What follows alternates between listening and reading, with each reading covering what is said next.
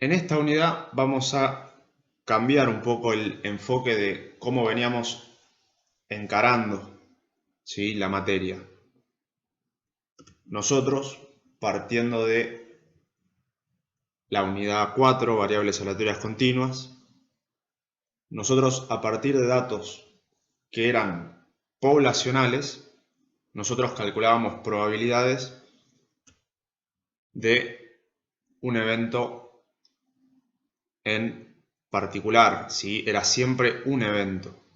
Nosotros nos daban datos poblacionales, ¿sí? Nos daban, por ejemplo, en normal, nos daban la media y el desvío, y a partir de esos datos que eran poblacionales, o sea que incluían a todos los valores, nosotros podíamos calcular la probabilidad de que el próximo, ¿sí?, siempre 1, no sé, sea mayor a un número o menor a un número, que esté entre dos números, etc.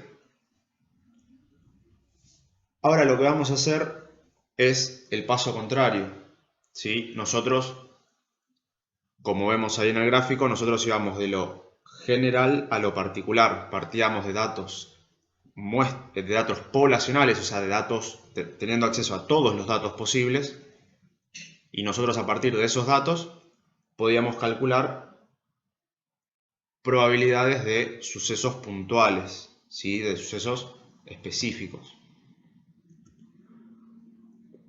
Como no siempre es posible o accesible el hecho de tener acceso a todos los datos, nosotros ahora vamos a ir en el sentido contrario. Nosotros de la población vamos a tomar una determinada muestra, ¿sí? La muestra es un subconjunto de la población, y nosotros a partir de esa muestra vamos a tratar de inferir o estimar la población total, ¿sí? Como no siempre va a ser posible tener acceso a los datos de la población, ¿sí?, ya sea por magnitud o por la razón que sea, nosotros vamos a tomar una muestra y a partir de esa muestra vamos a estimar la población total. Entonces, ahora aparecen dos conceptos importantes. Como ya dijimos, la población, que es el total de todos los elementos, ¿sí?, que lo vamos a simbolizar con n mayúscula. Y vamos a tener una n minúscula que va a representar la muestra, ¿sí? Va a ser un subconjunto de esa población.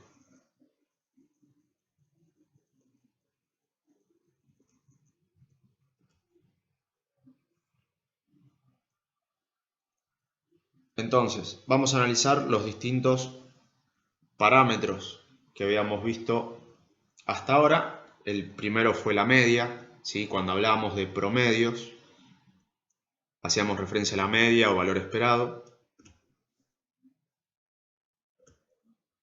También conocimos la varianza, ¿sí?, cuando hablábamos de variaciones o de variabilidad. Siempre que había una varianza, teníamos un desvío, ¿sí? Lo vamos a tomar como un mismo parámetro, ¿sí?, sabiendo que el desvío es la raíz cuadrada de la varianza, por lo que la varianza es el cuadrado del desvío. ¿Sí? Nosotros vamos a analizar solamente la varianza, acá solamente lo vamos a nombrar, después vamos a tomar solamente la varianza como parámetro para analizarlo. Entonces, vamos a tener a la media para promedios, a la varianza para variaciones, y vamos a sumar un tercer parámetro, que va a ser la proporción, ¿sí? Va a ser para porcentajes. Cuando hablemos de porcentajes vamos a estar haciendo referencia a la proporción. Entonces, nosotros hasta ahora lo que veníamos viendo eran parámetros, ¿sí? Eran medidas poblacionales. Cuando nosotros intentábamos o abordábamos un ejercicio de, por ejemplo, distribución normal, a nosotros nos daban los datos de la media y el desvío.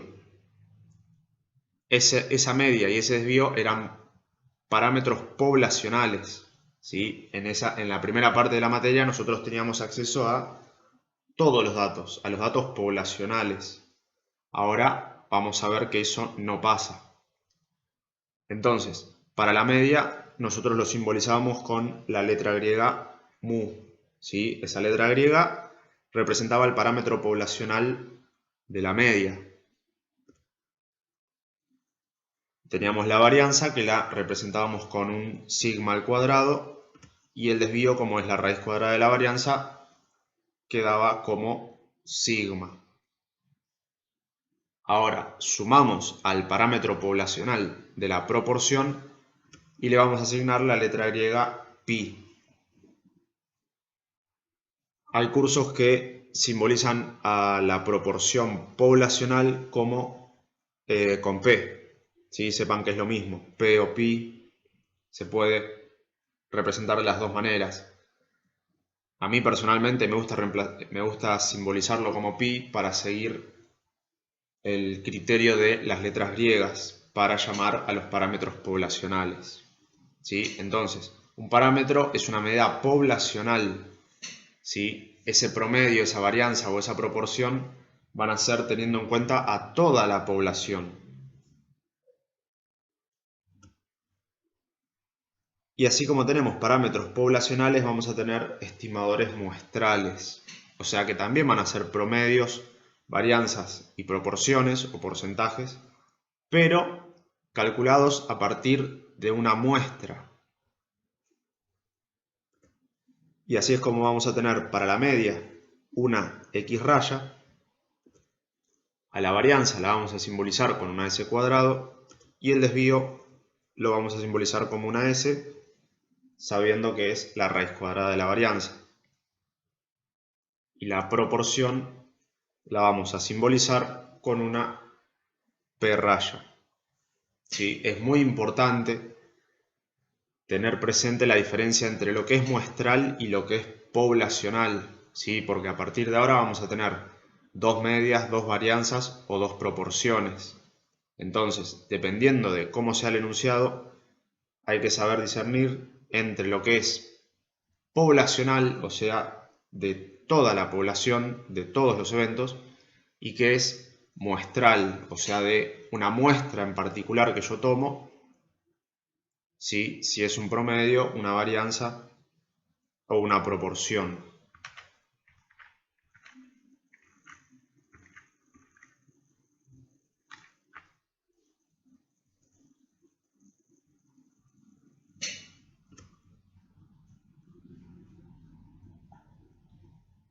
Ahora, estas medidas muestrales son variables aleatorias, ¿sí? Son cosas que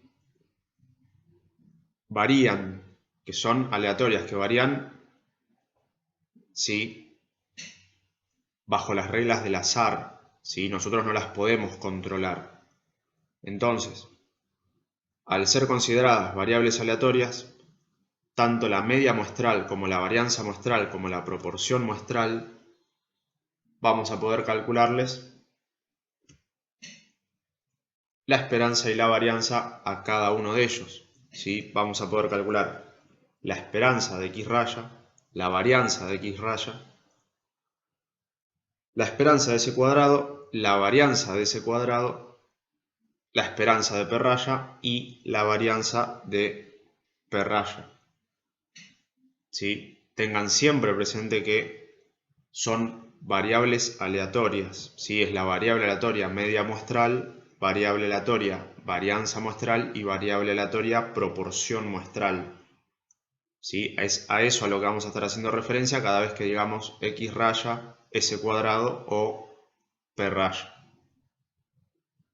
Entonces, antes de calcular las esperanzas y varianzas de cada una de esas variables aleatorias, de esos estimadores muestrales, vamos a ver las propiedades de estos estimadores. Vamos a ver la primera, que es el insesgamiento. Nos dice, un estimador es insesgado si su esperanza es igual al verdadero valor del parámetro que intenta estimar. ¿Sí? Por ejemplo, volviendo atrás, para que un estimador, por ejemplo, X raya sea insesgado, la esperanza de X raya tiene que ser igual al parámetro que intenta estimar. ¿Sí? La X raya es la media muestral. El parámetro que intenta estimar es la mu, ¿sí? La media poblacional.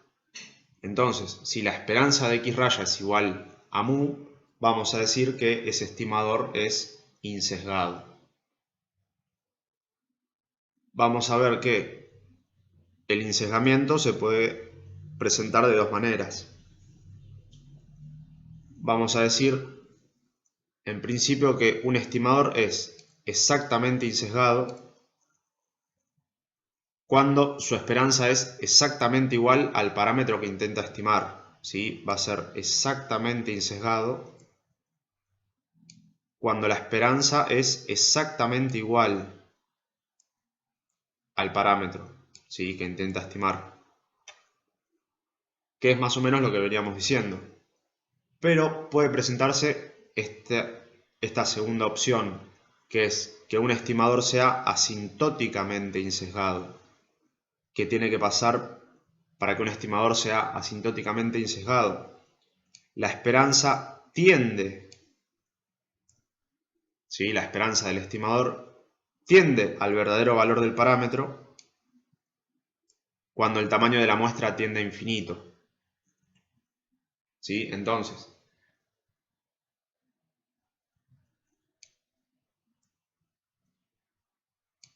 la esperanza de un estimador, a medida que yo aumente el tamaño de la muestra, se va a acercar cada vez más al verdadero valor, ¿sí? Entonces vamos a decir que es asintóticamente insesgado. Si no depende del tamaño de la muestra y coincide exactamente con el valor del parámetro, vamos a decir que ese estimador es exactamente insesgado. Esa es la diferencia entre ser exactamente insesgado y ser asintóticamente insesgado. Vamos a ver otra propiedad de los estimadores, que es la consistencia. Nos dice, un estimador es consistente si,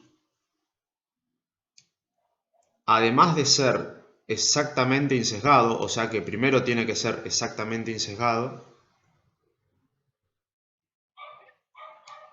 la varianza tiene que tender a cero a medida que aumenta el tamaño de la muestra. ¿Sí? Entonces, para que sea consistente, primero tiene que ser exactamente insesgado. ¿Sí? Es el primer filtro que le vamos a poner al estimador.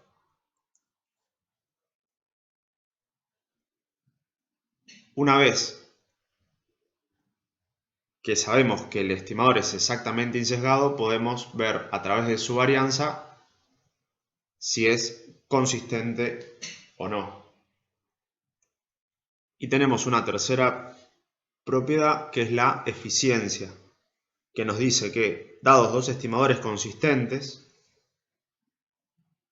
o sea que si tenemos dos estimadores que son exactamente insesgados y también son consistentes, nos va a decir que es más eficiente aquel que tenga menor varianza.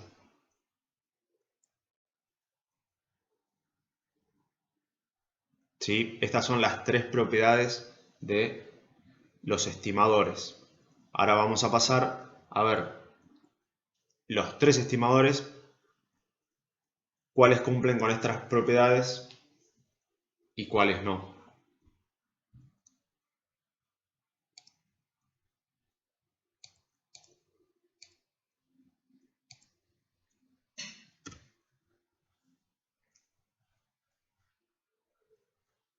Vamos a empezar con la variable aleatoria media muestral, ¿sí? La querida X raya. Nosotros para calcular un promedio lo que hacemos es sumar todos los valores y dividirlos por la cantidad de valores que tenemos, ¿sí? Lo que a partir de ahora vamos a llamar muestra, ¿sí? Tamaño de la muestra. Vamos a empezar calculando la esperanza de la variable aleatoria media muestral.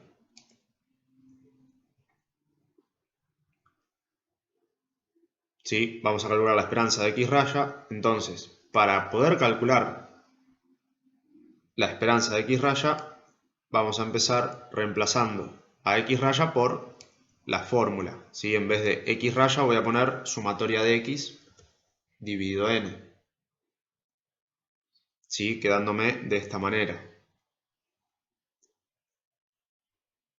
Ahora, por una cuestión de comodidad, yo voy a reexpresar esto, que lo tengo como una división, yo lo voy a reexpresar como una multiplicación.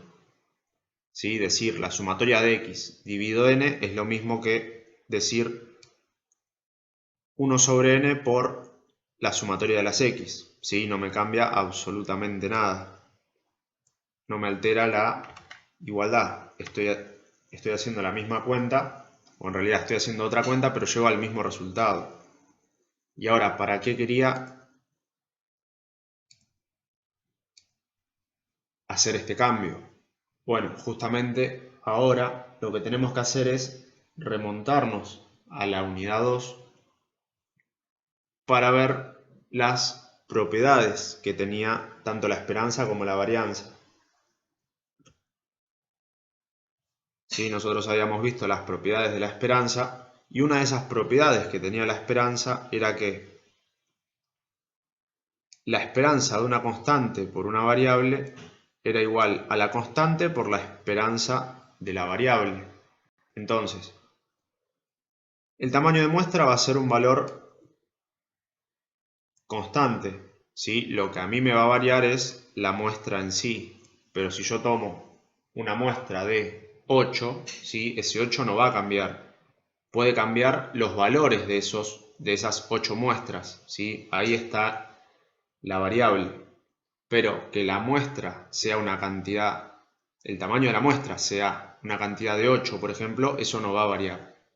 Entonces, al tener la esperanza de una constante por una variable, yo eso lo puedo reexpresar como la constante por la esperanza de la variable, ¿sí? Como vemos acá en las propiedades de la esperanza.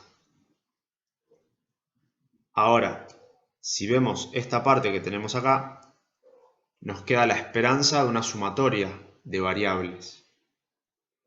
Entonces, volviendo a las propiedades de la esperanza, nosotros tenemos que la esperanza de una suma de variables es igual a la suma de las esperanzas de esas variables. ¿Sí? Entonces, en vez de tener la esperanza de un montón de variables sumándose, como tenemos acá,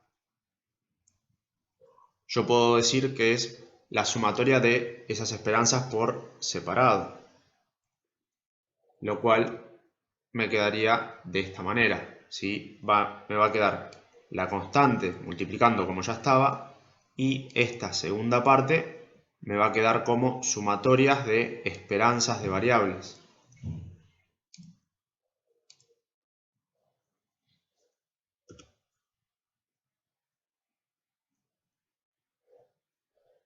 Y ahora, la esperanza de la variable va a ser siempre el mismo número, ¿sí? Esto va a ser el parámetro mu. ¿Sí? La esperanza de x es justamente el parámetro poblacional mu. Y voy a tener sumando ese mismo valor una n cantidad de veces. Entonces, escribir esto de esta manera, ¿sí? La sumatoria de las esperanzas es lo mismo que decir n veces el parámetro mu, ¿sí? Lo cual me quedaría de esta manera. 1 sobre n por n veces el parámetro poblacional mu.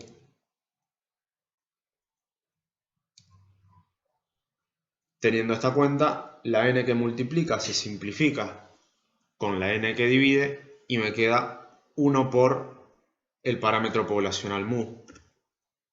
Entonces, podemos concluir que la esperanza de x raya es igual a mu, o sea que este estimador es exactamente insesgado, ¿sí? Porque demostramos que la esperanza de este estimador es exactamente igual al parámetro que desea estimar, ¿sí? La esperanza de x raya es igual a mu. Entonces, este estimador, la variable aleatoria media muestral, es exactamente insesgado, ¿sí? Porque se verifica esta igualdad, ¿sí? Sin depender del tamaño de la muestra.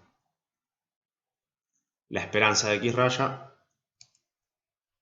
es igual al parámetro poblacional mu. Ahora que el parámetro muestral cumple con la condición de ser exactamente insesgado, podemos analizar si es consistente. Eso lo vamos a averiguar calculando la varianza, ¿sí? Recordemos que para que sea consistente es requisito indispensable que sea exactamente insesgado. Una vez que vemos que es exactamente insesgado, tenemos que calcular la varianza. Y esa varianza tiene que tender a 0 a medida que n tienda a infinito.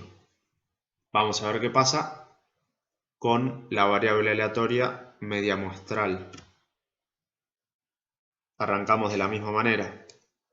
Me queda la varianza de x raya. En vez de x raya voy a poner la fórmula. Para que sea más cómodo, vamos a pasar esa división como una multiplicación, ¿sí? Hasta ahora es lo mismo que veníamos haciendo antes, pero ahora tenemos que ver qué pasaba cuando teníamos la varianza de un producto, ¿sí? La varianza de una multiplicación entre una constante y una variable. Vamos a ver que las propiedades de la varianza son similares a la de la esperanza, pero no son exactamente iguales. Acá tenemos la varianza de una constante por una variable, nos dice que es igual a la constante al cuadrado, ¿sí? Al cuadrado de la constante por la varianza de la variable. Entonces,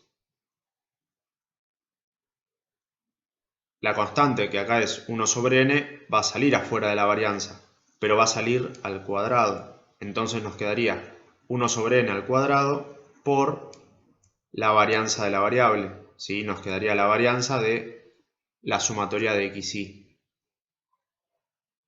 Ahora, siguiendo con las propiedades de la varianza, tenemos que la varianza de una suma o de una resta es igual a la suma de las varianzas. Entonces, en este caso, pasa lo mismo que pasaba con la esperanza. Tener la varianza de la suma de variables es igual a la suma de las varianzas de esas variables.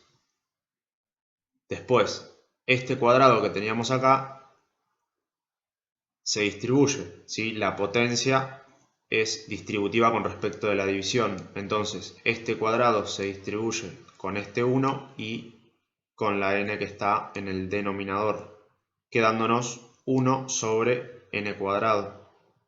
¿Sí? 1 al cuadrado queda 1, n al cuadrado queda n al cuadrado.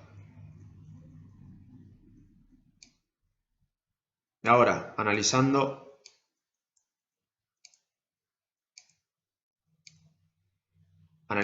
esta parte que quedó acá, yo tengo la sumatoria de varianzas, ¿sí? Como ya vimos, las varianzas poblacionales las simbolizamos con sigma al cuadrado. Y yo voy a sumar ese mismo valor una n cantidad de veces. Entonces, esto va a ser igual a n por sigma al cuadrado, ¿sí? Todo esto que vemos acá. Entonces, nos terminaría quedando 1 sobre n cuadrado por n por sigma al cuadrado.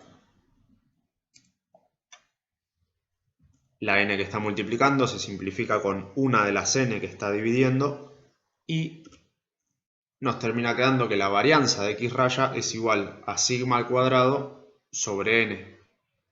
¿Sí? Acá nos queda 1 por sigma al cuadrado, todo eso dividido n, nos termina quedando esto que vemos acá.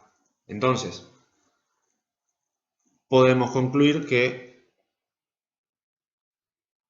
el estimador media muestral es consistente, ¿sí? Porque a medida que n tiende a infinito, la varianza de x raya tiende a 0. ¿Sí? Si a este valor, que es el tamaño de la muestra, nosotros le damos valores cada vez más grandes, eso va a hacer que el resultado de toda la división tienda a 0. ¿Sí? Recordemos que un número cualquiera dividido algo que tiende a 0 va a ser igual, o mejor dicho, un número cualquiera dividido algo que tiende a infinito va a ser igual a algo que tiende a 0. ¿Sí? El límite va a ser igual a 0. Entonces, la media muestral es exactamente insesgado y es también consistente.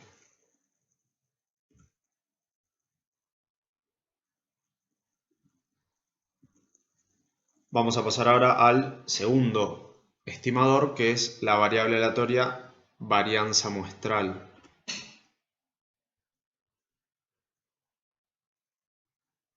Partimos de la fórmula que ya conocíamos de la varianza.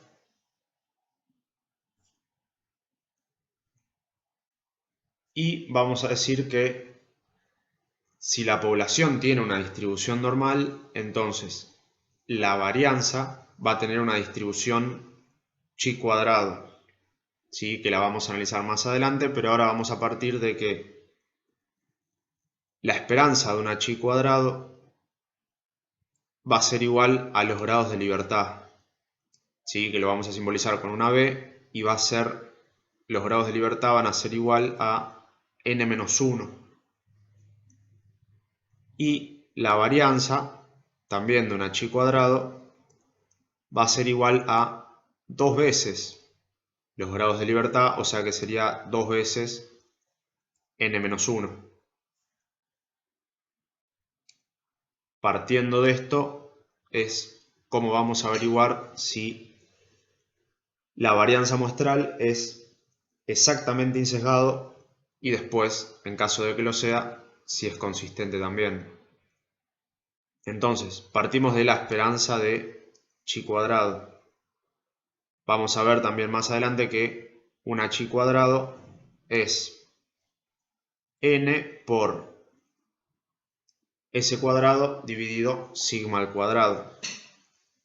Como vimos, la esperanza de esta chi cuadrado es igual a n-1. Entonces, partiendo de esta igualdad, nosotros vamos a tratar de despejar para quedarnos solamente con la esperanza de s cuadrado. ¿Sí? Despejándola vamos a ver cómo queda el parámetro. Entonces, volvemos a las propiedades de la esperanza y nosotros acá tenemos esto, que son valores constantes que están multiplicando. ¿Sí? Ya dijimos que el tamaño de la muestra va a ser constante y la varianza poblacional también va a ser constante. ¿Sí? Si nosotros tenemos acceso a todos los datos, ese valor va a ser siempre el mismo. Lo que es una variable aleatoria, lo que va a variar es la varianza, pero la muestral, ¿sí? Porque yo puedo tomar diferentes muestras que me van a dar diferentes resultados. Entonces, volviendo a la propiedad de que la esperanza de una constante por una variable es igual a la constante por la esperanza de la variable, esto nos quedaría de esta manera. ¿Sí? La constante sale afuera de la esperanza y adentro nos queda del otro lado el otro El otro factor que nos queda es la esperanza de la variable, que en este caso nos queda la esperanza de S cuadrado.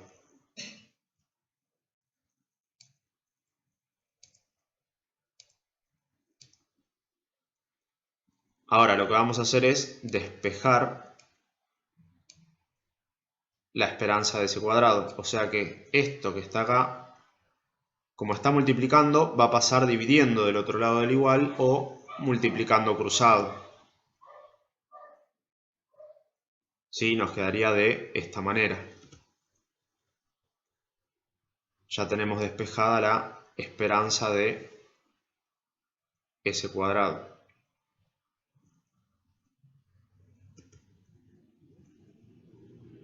Al tener una multiplicación, lo podemos expresar de esta manera para que quede más cómodo. ¿Sí? Nos quedan las n de este lado y nos queda el parámetro poblacional por separado. Esa división la podemos desarrollar de esta manera.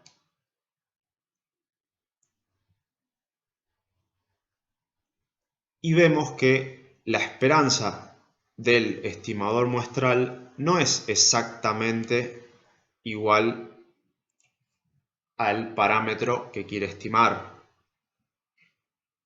¿Sí? Vemos que la esperanza de ese cuadrado no es igual a sigma al cuadrado. La esperanza de ese cuadrado es igual a 1 menos 1 sobre n por sigma al cuadrado. Entonces, podemos decir que es asintóticamente insesgado, no es exactamente insesgado. Es asintóticamente insesgado porque a medida que n tiende a infinito, la esperanza del estimador se aproxima al parámetro muestral. ¿Sí? Si nosotros a n le damos números más grandes, esta división va a tener valores cada vez más cercanos a 0. 1 menos 0 nos va a quedar 1, al multiplicarlo por el parámetro poblacional, ahí sí nos va a quedar que la esperanza de ese cuadrado es igual solamente a sigma al cuadrado. Entonces vamos a decir que es asintóticamente insesgado. Al ser asintóticamente insesgado ya podemos concluir que no es consistente. Sí, recordemos que era una condición necesaria que sea exactamente insesgado para después analizar la consistencia.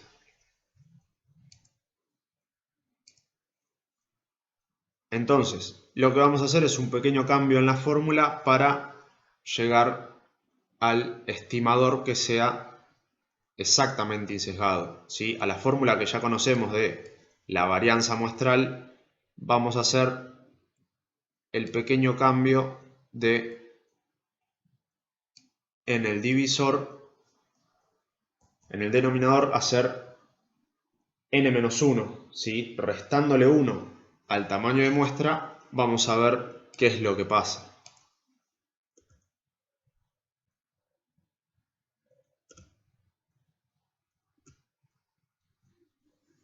Entonces, repetimos la fórmula y le adicionamos el -1 ahí en el denominador y vamos a ver qué pasa. El análisis es exactamente el mismo. Partimos de la esperanza de un h cuadrado. Ahora, como n, el tamaño de la muestra lo vamos a reducir en 1, acá nos cambia a n-1.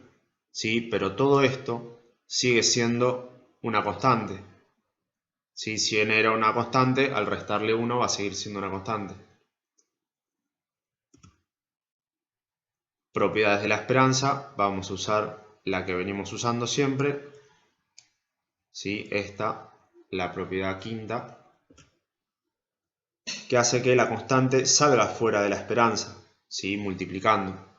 Y nos quede la esperanza de S cuadrado sola, que era lo que estamos buscando. Ahora, toda esta parte de la multiplicación va a pasar para el otro lado del igual, dividiendo o multiplicando cruzado.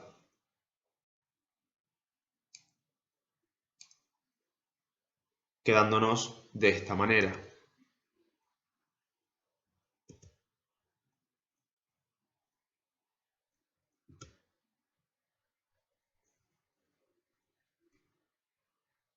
Ahora, teniendo que la esperanza de ese cuadrado es igual a todo esto que nos quedó acá, n-1 que está multiplicando se simplifica con el n-1 que está dividiendo, quedándonos que la esperanza del estimador de la varianza es igual al parámetro de la varianza, ¿sí? Entonces, la esperanza de ese cuadrado es igual a sigma al cuadrado. Entonces, podemos decir que este estimador es exactamente insesgado. Es por eso que a esta fórmula, con la varianza teniendo en el denominador n-1 en lugar de n, se dice que esta fórmula es la varianza insesgada, ¿sí? Justamente porque cumple con esta propiedad, ¿sí? Si nosotros a la fórmula en el denominador le ponemos n-1, llegamos exactamente al valor, la esperanza llega exactamente al valor del parámetro poblacional. Entonces, a partir de ahora, nosotros para calcular la varianza muestral vamos a usar esta fórmula de la varianza insesgada, ¿sí? Para ser más precisos, justamente. Bien, entonces, ahora que sabemos que esta varianza insesgada es exactamente insesgada, vamos a ver si este estimador es consistente. Entonces, vamos a calcular ahora la varianza. Partimos de vuelta de la varianza de un h cuadrado.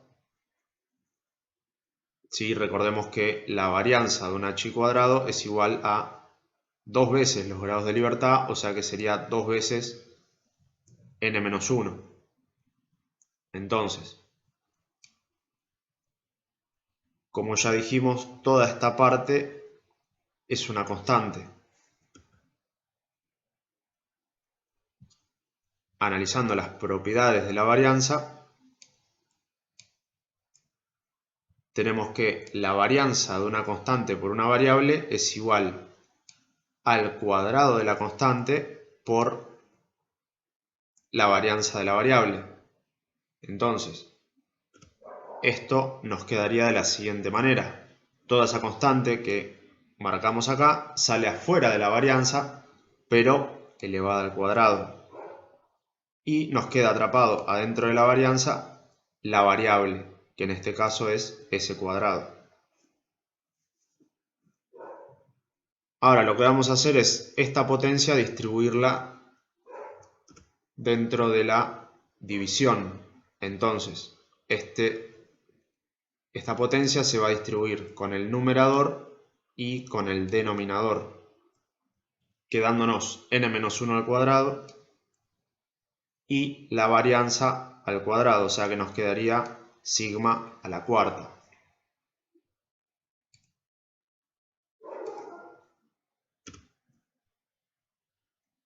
Ahora despejamos la varianza, ¿sí? Pasando dividiendo toda esta división, ¿sí? La pasamos dividiendo o multiplicando cruzado para que sea más práctico. Y ahora ese n-1 con el cuadrado de esta n-1 que está dividiendo se simplifican, quedándonos que la varianza de ese cuadrado va a ser igual a 2 veces sigma a la cuarta sobre n-1. Entonces, podemos decir que la varianza muestral, esta que es insesgada, esta que es exactamente insesgada, también es consistente. Porque veamos que a medida que a n le damos valores cada vez más cercanos al infinito, o sea, cada vez más grandes, el resultado de la cuenta va a tender a 0. ¿Sí? Al infinito, si nosotros le restamos 1, va a seguir siendo un número extremadamente grande.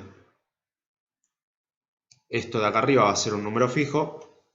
Cuando a un número lo dividamos por un número extremadamente grande, toda esa división va a tender a 0.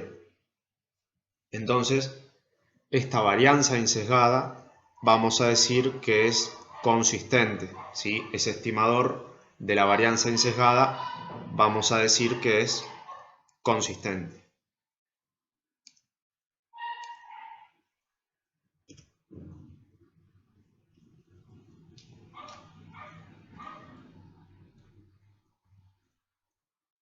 Vamos a analizar ahora el último estimador que nos queda, que es la variable aleatoria proporción muestral.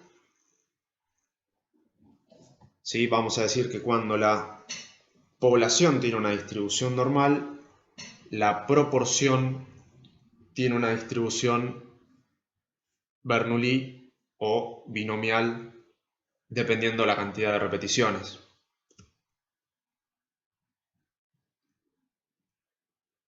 Recordando la Bernoulli, nosotros habíamos analizado que la esperanza era igual al parámetro P y la varianza era igual a P por 1 menos P.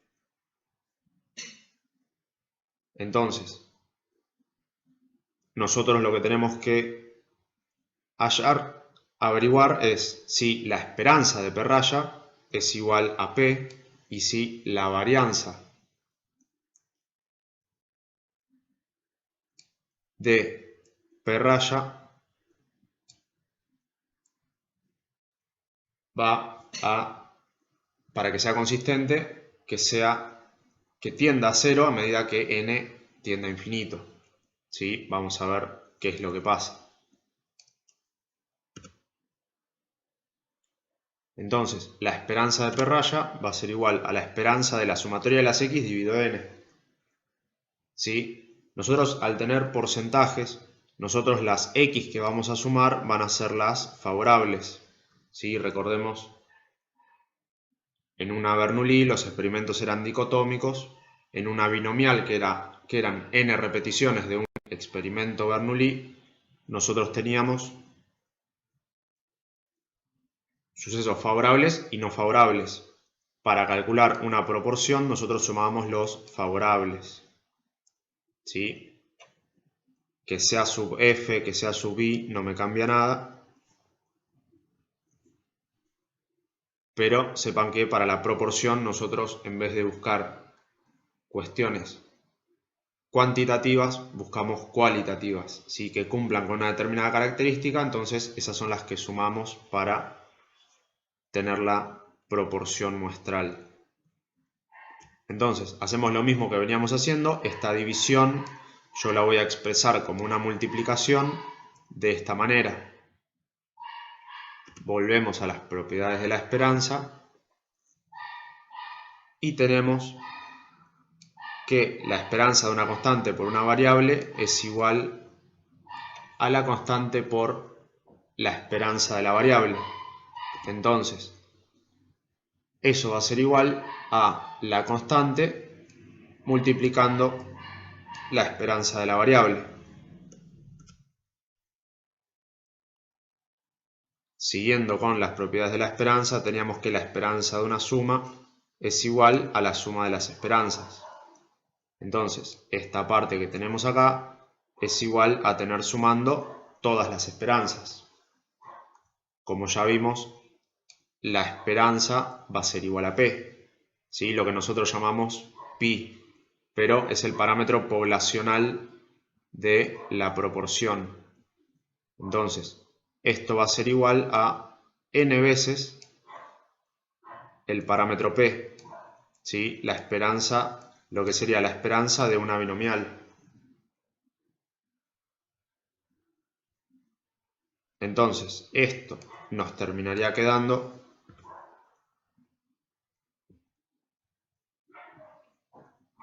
uno sobre n por n veces el parámetro poblacional P, ¿sí? Que es lo que vimos acá. Después, la n que multiplica se simplifica con la n que divide y nos termina quedando que la esperanza del parámetro muestral P raya es igual al parámetro poblacional, ¿sí? La esperanza del estimador muestral P raya es igual al parámetro poblacional, por lo que este estimador es exactamente insesgado. Ahora que sabemos que es exactamente insesgado, podemos averiguar si es consistente, ¿sí? A través de la varianza. Entonces, la varianza de P raya va a ser la varianza de las sumatorias de las X dividido n.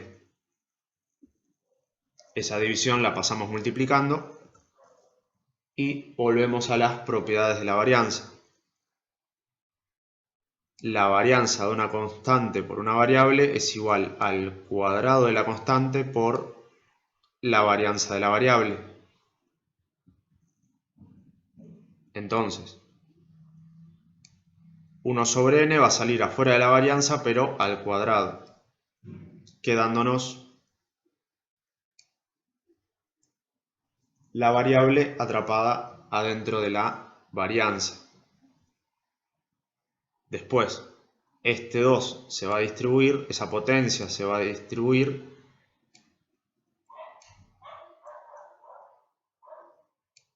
y esto que nos queda, la varianza de una suma, es igual, como ya vimos acá, es igual a la suma de las varianzas.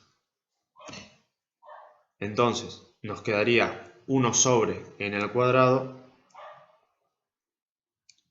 por la sumatoria de todas las varianzas. La varianza, en una proporción, como ya vimos, es igual a p por 1 menos p. Entonces, yo voy a sumar n veces p por 1 menos p.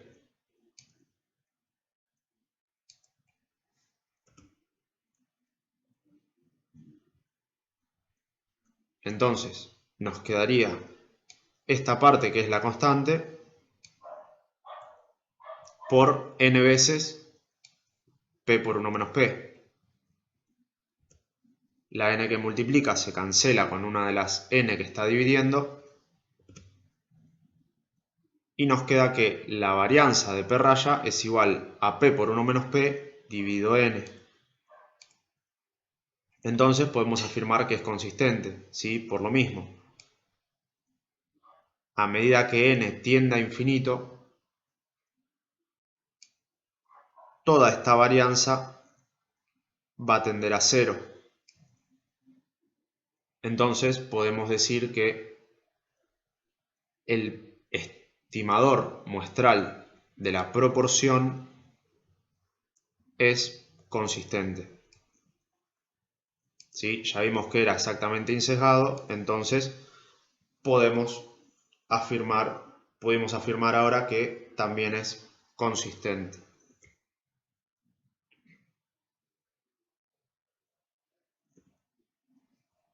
Bien, ahora vamos a pasar a ver las dos distribuciones nuevas, que son la t de student y chi cuadrado. La t de student de William Gosset, vamos a tener que tiene una forma bastante similar a una distribución muy conocida que ya vimos. ¿Sí? Vamos a ver las características de esta distribución t de student.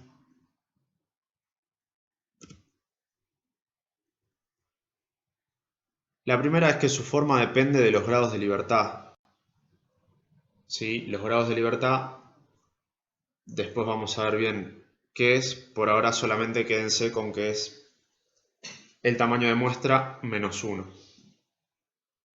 Después, la segunda característica dice que cuanto más grande es el tamaño de la muestra, más se asemeja a una distribución normal. ¿Sí? Como vemos, esta función tiene una forma muy similar a una distribución normal. Cuanto mayor sea una muestra, más se va a asemejar a una normal. Después es simétrica, ¿sí? Como vemos, hay una simetría en el centro. y acumula de izquierda a derecha. Vamos a ver que la distribución t_student también tiene tablas. ¿Sí? Cuando vamos a las tablas, nosotros teníamos la tabla de distribución normal, teníamos la tabla de distribución normal de fractiles. Vamos a sumar a estas dos tablas la distribución T de Student, ¿sí? Con GL grados de libertad, ¿sí?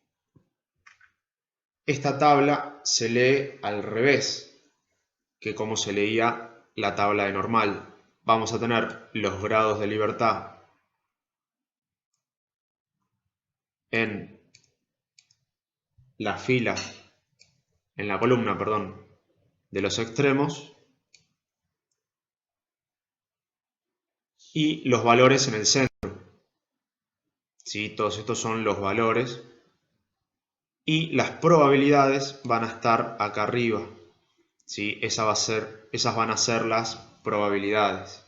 Entonces, a partir de los grados de libertad, yo voy a buscar los valores en la parte de adentro de la tabla y las probabilidades van a ser los valores que estén acá arriba. ¿Sí? Esas van a ser las probabilidades. Así es como se busca en la tabla de la distribución T. Después, igual con un ejemplo, vamos a ver bien cómo se busca, pero a modo de introducción sepan que las probabilidades ahora son las que están en la parte superior. ¿Sí? Igual son como 4 páginas, ¿sí? De las tablas, siempre partiendo de que usando las tablas de Krauss. ¿Sí? Los grados de libertad siguen. Y después son 2 páginas más con las probabilidades que faltan, ¿sí? Hasta llegar al 1. Entonces, esta sería la tabla de la distribución T de Student.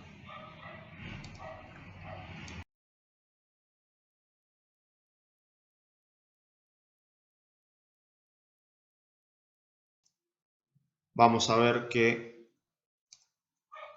la distribución chi cuadrado tiene también tablas y la forma de buscarlo es también similar. Entonces vamos a analizar ahora la distribución chi cuadrado de Karl Parson.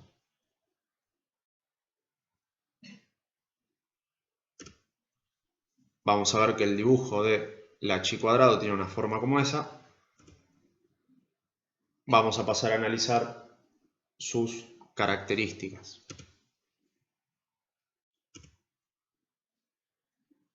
La primera es que, al igual que la distribución T, su forma depende de los grados de libertad. Dato muy importante, la distribución chi cuadrado no puede tomar valores negativos. Después es asimétrica derecha. ¿Sí? Vemos que tiene la mayor cantidad de datos concentrados a la izquierda, por eso es asimétrica derecha. Y acumula valores de izquierda a derecha también. Cuando nosotros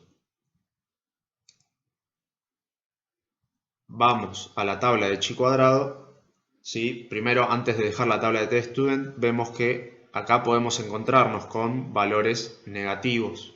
¿Sí? Vamos a acercar un poco más. Vemos que la t_student puede tomar valores negativos. Vamos a ver que en la chi cuadrado eso no pasa. ¿Sí? Vamos a la distribución chi cuadrado o chi cuadrado, donde también dependemos de los grados de libertad, que van a estar en las columnas de los extremos. En el medio vamos a tener los valores y arriba vamos a tener las probabilidades. ¿Sí? la forma de buscar las probabilidades, tanto en chi cuadrado como en tstudent, es la misma. Y vamos a ver que, vamos a hacer un poco de zoom, que no puede tomar valores negativos. Vemos que arranca, ¿sí?, en valores positivos. Estos valores no es que no existen, es que son extremadamente pequeños, no les da el largo de los decimales. Pero vemos que son todos positivos, ¿sí? La chi cuadrado no puede tomar entonces valores negativos. Y lo mismo, estas son 4 páginas, siguen los grados de libertad, después completa las probabilidades que faltan.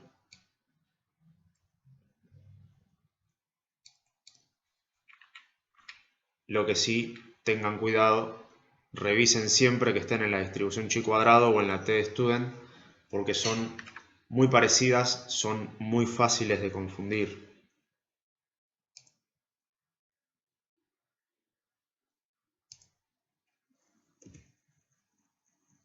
Entonces, ya tenemos las características de las dos nuevas distribuciones. Vamos a ver ahora cómo sería un ejercicio de esto. Vamos a ver que como continuamos en las variables aleatorias continuas, la modalidad es exactamente la misma. Primero tenemos que definir la variable aleatoria, después simbolizar de la misma manera que veníamos haciendo hasta ahora en las variables aleatorias continuas. Recordar siempre que las probabilidades puntuales no existen, todo eso se mantiene.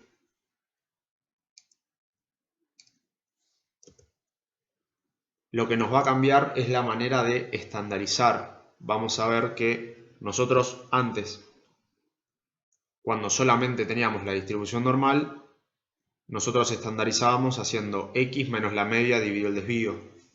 Bueno, ahora vamos a tener 3 maneras diferentes de estandarizar. Una vez que estandaricemos, lo mismo, tenemos que lograr que, vamos a ver que no solamente vamos a tener la tabla de z, sino que vamos a tener las otras dos distribuciones. Vamos a tener que buscar que siempre nos quede menor, dependiendo de la tabla. Puede ser que necesitemos solamente los positivos, pero en las tablas de Krauss están incluidas los negativos también, así que solamente nos va a importar el signo menor. ¿Cómo lo solucionamos? Igual que como veníamos viendo, ¿sí? Con estos 3 casos posibles, solucionamos cuando nos queda mayor o cuando nos queda negativo. Y después es buscar en tabla, ¿sí? Que puede ser o la tabla de t o la tabla de z que veníamos usando o la tabla de chi cuadrado. Ahora lo que vamos a ver es cuándo usar cada una de las tablas, de las 3 tablas con las que nos vamos a manejar en esta unidad. Vamos a empezar por la variable aleatoria media muestral, ¿sí? La x raya. ¿Cómo se distribuye? ¿Sí? ¿Qué distribución voy a usar? ¿Sí? ¿En qué tabla voy a tener que buscar para calcular las probabilidades? Vamos a ver que la x raya o la variable aleatoria media muestral es la que más casos presenta. Si a mí me dice que la media muestral tiene una distribución normal, ¿sí? Recordemos que cuando nosotros hacíamos ejercicios de normal, a nosotros explícitamente nos tenía que decir que la distribución era normal, ¿sí? Que la variable aleatoria tenía una distribución normal y ahí nos daba los parámetros muy sigma. Ahora no siempre va a pasar eso. Entonces, cuando a nosotros nos dice que la variable se distribuye normalmente y tenemos acceso al valor poblacional del desvío, entonces vamos a estandarizar de esta manera. A la x raya le vamos a restar la media y la vamos a dividir por el desvío, como veníamos haciendo, nada más que ahora la vamos a multiplicar por la raíz de n. Es posible que esta raíz de n que está multiplicando acá la tengan dividiendo abajo del desvío, sepan que es lo mismo. ¿Sí? O la tienen multiplicando arriba de todo o la tienen dividiendo exclusivamente al desvío. Sepan que matemáticamente es lo mismo, vamos a llegar al mismo resultado. Por una cuestión de comodidad a mí me gusta ponerla dividiendo, ahí, multiplicando ahí arriba, pero sepan que es la misma fórmula. Entonces, cuando me dicen que la distribución es normal y me dan el dato del desvío poblacional, voy a buscar en la tabla de normal. ¿Sí? Voy a estandarizar de esa manera y una vez que estandarice, voy a buscar en la tabla de Z, ¿sí? En la tabla de Gauss, en la tabla de normal. Ahora, ¿qué otro caso se nos puede presentar? Que la distribución sea normal, que nos digan que la distribución es normal, pero no conocemos el desvío poblacional. ¿Sí? Recordemos que este sigma es el desvío poblacional. En este caso pueden pasar dos cosas. Que el tamaño de muestra sea lo suficientemente grande, ¿sí? Nosotros ese suficientemente grande lo vamos a interpretar como mayor o igual que 30. Entonces vamos a estandarizar de la misma manera, con el único cambio que como no conocemos el desvío poblacional, vamos a usar el desvío muestral. Después la forma de estandarizar es la misma y vamos a seguir usando la distribución normal. ¿Sí? Entonces, cuando me dice que la distribución es normal, pero no conozco el desvío poblacional, si el tamaño de la muestra es mayor o igual que 30, vuelvo a estandarizar de la misma manera y me fijo en la tabla de normal. Ahora, si me dice que la distribución es normal, no conozco el desvío de la población, pero n es menor que 30, o sea que la muestra no es lo suficientemente grande, vamos a estandarizar de la misma manera, ¿sí? Como no conocemos el desvío poblacional, usamos el muestral, pero la probabilidad la voy a encontrar en la tabla de t de student, ¿sí? Va a tener una distribución t.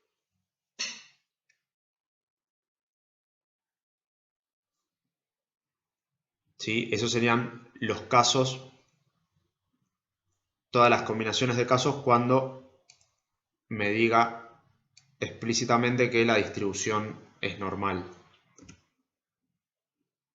Ahora, se nos puede presentar que no sabemos si la distribución es normal. Entonces, si no sabemos si la distribución es normal, tampoco vamos a saber el desvío de la población. Entonces, esto se nos subdivide en otros dos casos. El primero, cuando la muestra sea lo suficientemente grande, o sea, mayor o igual que 30. En ese caso, por teorema central del límite, todas las distribuciones cuando n tiende a infinito se aproximan cada vez más a una distribución normal. Entonces, cuando no conocemos la distribución, tampoco conocemos el desvío, pero n es lo suficientemente grande, por teorema central del límite, la distribución aproxima a una normal. Entonces vamos a estandarizar de la misma manera, es el mismo caso que si conociéramos que es normal, ¿sí? Porque el teorema central del límite justamente lo que nos afirma es eso. Entonces volveríamos a este caso. ¿Sí? Como vemos es exactamente igual. Todo gracias al teorema central del límite. Entonces en este caso tenemos que aclarar que por teorema central del límite la distribución aproxima a una normal y entonces estaríamos en este caso. Ahora, ¿qué pasaría si la muestra no es lo suficientemente grande? O sea que si la muestra es menor que 30. En este caso no hay ningún teorema que nos pueda ayudar, entonces simplemente tenemos que suponer que es normal.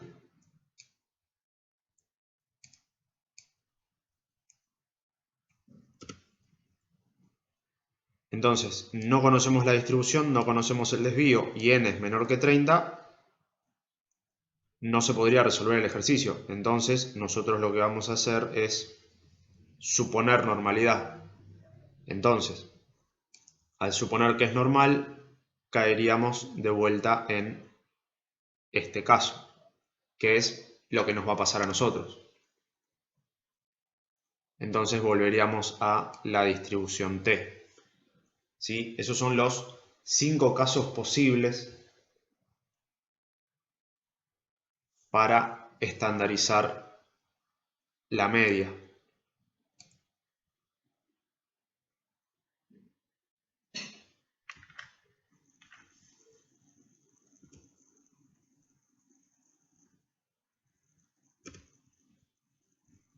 Vamos a ver ahora cómo sería la varianza.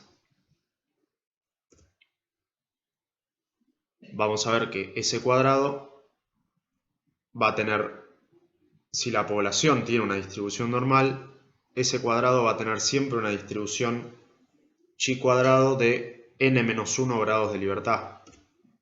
Como ya vimos, la chi cuadrado no puede tomar valores negativos, o sea que la varianza no va a tener ningún tipo de problemas. Entonces, siempre para la varianza vamos a usar la distribución chi cuadrado. Y para la proporción muestral,